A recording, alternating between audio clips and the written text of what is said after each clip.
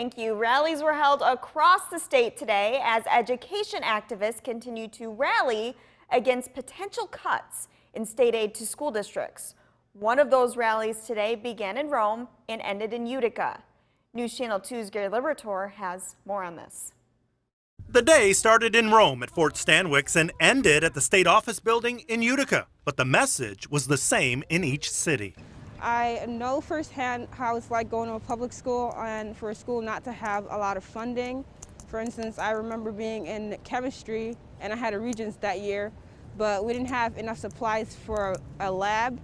Students, parents, teachers, and even union leaders fear what would happen if Governor Cuomo's proposed 20% cut in state aid to schools goes through. Most school districts are already short in what they need.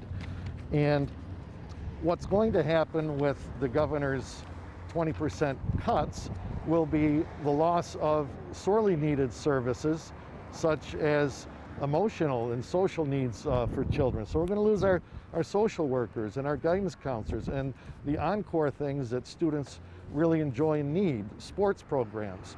So the cuts are going to be extremely negatively impactful for the children across the state. This is one of many similar rallies happening across the state here on Saturday. They also took place in Buffalo, Rochester, Albany, Kingston, and New York City, all urging state leaders to do whatever they have to get Governor Cuomo to not institute the 20% cut to schools.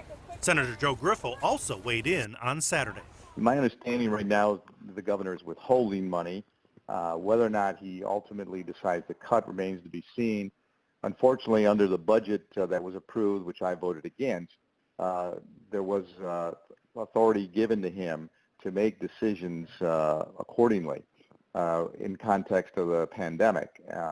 Also, the legislature has the ability to return within 10 days after he files a report to alter any of those decisions.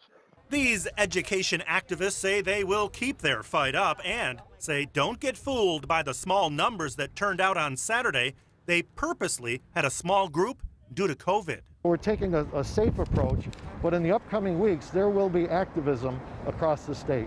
In Utica, Gary Liberator.